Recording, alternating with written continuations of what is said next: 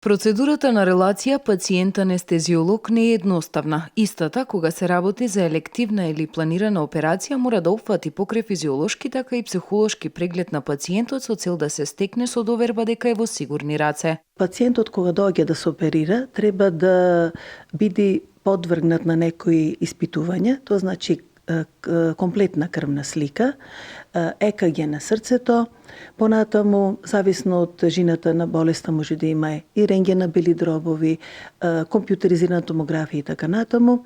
Потоа треба да имаме ние состојба на коагулацијата на крвта, во смисла на коагулационен статус. Понатаму, зависно од болестите, може да има и посложена биохемиска анализа.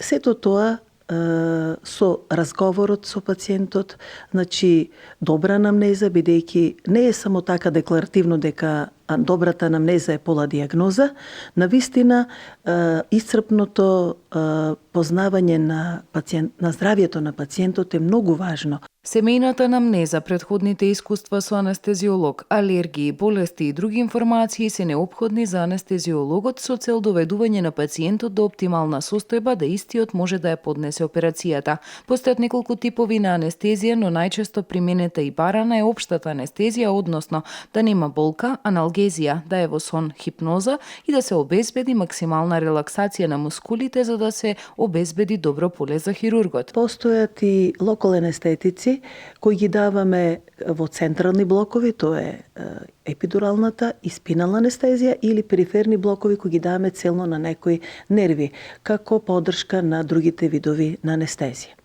Значи, анестетикот може да се прими венски, може да се прими мускулно, може да се прими ректално, може да се прими, значи, преку овие периферни и централни блокови, како спинал и епидурална анестезија. Значи, секоја анестезија си има своји предности и своји мани. Во јавноста често се зборува за безболното породување, за користењето на епидуралната анестезија како еден од поновите методи на медицината кога станува збор за поемот анестезија. Според лекарите, законско право на пациентот е да одлучи каква анестезија сака да прими кога станува збор за елективна или планска анестезија. Ако е пациентот пушач и ако има проширени вени, ние им сугерираме спинална анестезија.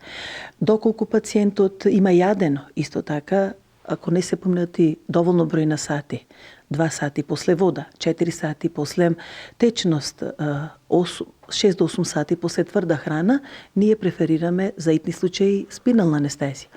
Значи, во последно време така е фаворизирана и барана од пациентите, особено во царски рез, значи за породување, како епидуралната анестезија. Епидуралната анестезија задолжително се дава во соработка со гинекологот, се дава во спиналниот простор и се одредува висината во согласно со самиот родилен акт.